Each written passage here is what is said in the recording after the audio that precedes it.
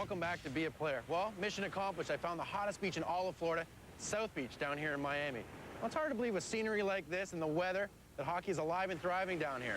Well, since January 17th, when the Russian Rocket landed down here in Miami, things have exploded. He came onto the scene, scoring 8 goals in 6 games. Since then, he's had a little bit of a lull. The injury bug's been catching up with him, but he's been playing great. Here's Pavel Bure, part 1 of our Be a Player profile. Here goes Bure. Pavel Bure, shorthanded, breakaway, score! Drops it for Whitney. Whitney with a shot, the rebound, scores! Pavel Bure, his 4th goal as a Panther. Take me back to the very beginning. How did you get involved with the game of hockey? Well, when I was growing up, I used to watch hockey all the time on TV, as long as I remember myself. And I asked my parents to get me skates. And at that time in Russia, you couldn't go and buy normal hockey skates for the little kids, so we had to borrow some figure skates from a friend of my parents. And well, I remember I was really excited when they brought me those skates, and I put them on, and I went outside, and that's the first time I stepped on ice. Winds up over to Bure, shoots, and it's another shot.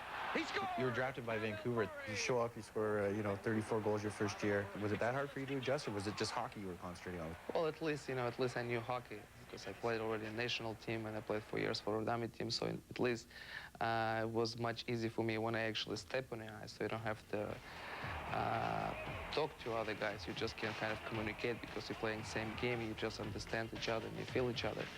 And I was playing with great players. Bure, look at him just wind it up, cuts into the slide, and scores! The second year you come back in the league, you ripped it up. 60 goals, I can't even imagine. Was it as easy as it looked? I mean, I remember watching you fly down the ice, and you were potting them left and right. No, it's never easy, you know. It's so funny, I was talking to Wayne Gretzky, and he's a great one, and I said, well, seems it's so easy for you to make those passes and score goals, I scored 92 goals, and he said, no, it's not easy at all. So obviously, I have to work hard to get those numbers. And then in '94, you're playing Vancouver, you guys are in the finals, you're playing Mark Messier, the mighty Rangers. What was that whole playoff sort of run like for you? Yeah, it's probably one of the best time of my life when we went to the final, because we were supposed to lose to Calgary, and all predictions were we're going to lose to Calgary like 4-1, 4 straight. And actually we were down 3-1 to Calgary, and we won 3 overtimes in a row, so we beat them 4-3. And after that we kind of we got on a roll, and we started beating everybody, and we went to the final. And I think it was the most exciting final in a few years, because we went to the game number 7, and we lost by 1 goal. And if you would take last few Stanley Cup finals, usually it's 4-0, 4 straight games. Back in '95, you had a sort of what they call a major injury. You blew out your anterior cruciate ligament in your knee. I know what that's like. It's a tough thing to go through. That's part of being a hockey player. What was that situation? What was that injury like for you? I remember when I came back, I didn't feel this distance.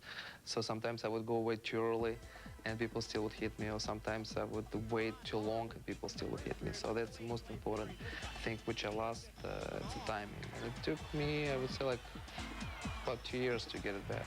Oh, when you mean timing, you mean like, you're used to having certain players that you play with and that sort of a thing, where you're going, an offensive, okay, Pav's over there, I'm gonna, he's heading to the net, I'm gonna give him that pass. Is that what you mean by? No, I mean when, let's say, a defenseman, and he's coming to hit me, and that's the timing I lost, because you have to feel it when you still have a time to go away, so you have to make him believe you're gonna stay still, and when he's getting really close, you just get away. And what happened is, after my injury, I was standing still, and I was saying to myself, okay, you got enough time to get away, but suddenly he would hit me, because I didn't feel this distance between us. Tell me about your good friend Gino Ojic. Sometimes the first-line guys and the fourth-line guys, they don't usually hang out. How did you guys get to be such close friends? I don't know, it just happens. And we actually became friends from my first day when I got to Vancouver. Together, and we spent lots of time together, and we actually even played together. I remember once we played on the same line, and Gina had something 16 goals, I had 15 goals, so everybody was kind of bothering me. Oh, look at that, Gina scoring more than you. Now, he named his son Bure. What's that like?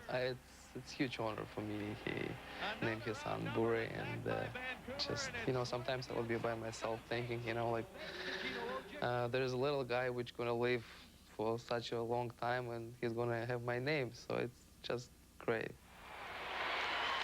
Oh, what a pretty play, and it's 4-1 to Vancouver on the goal by Bure. We'll have more with Pavel a little later on in the show, but I'm here now on Ocean Drive. This is a great place to come people watching. There's tons of cafes. You can grab a cold drink, check out some of the people walking by, and enjoy yourself down here in South Beach.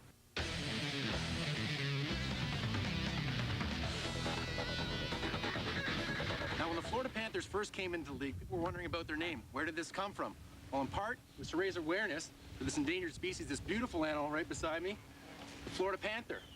I'm here with my new friend Randall and his little buddy Crash here. Randall, give me the scoop on this little guy. How old is he? How much does he weigh? Crash is 11 months old, and he's a 60-pound Florida Panther. He's actually really playful right now. He's a kitty. Just a kitten. Now, how many animals like Crash are there left in the wild? We estimate there's between 50 and 70 of these cats left in the wild, left in the state of Florida. I'm allowed to pet him a little bit, you think, now? Sure. Very soft, just like a little house kitty. What'd you call it, the turbocharged house cat? That's right.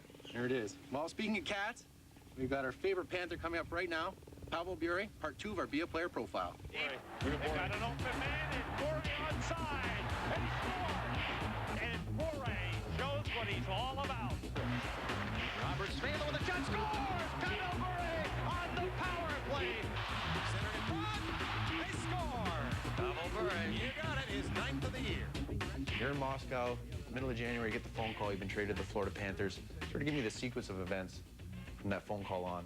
Well, they called me, they said, okay, you got traded, so you have to be in Miami as soon as you can. But I couldn't find a flight to Miami, and team was going to New York. They said, okay, meet us in New York. So the coach asked me if I'm ready to play, and I said, well, actually, I wasn't playing for 9 months, but I was practicing, and he said, well, let's start it right away then. And he didn't put any pressure on me. He just, he said, it's up to you.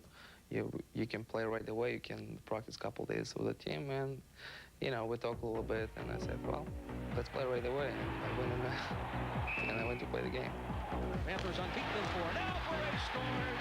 That point streak continues. The team obviously was really excited to have you here, and it's, you know, the fans, they really seemed to go nuts when you first got down here. What was that feeling like?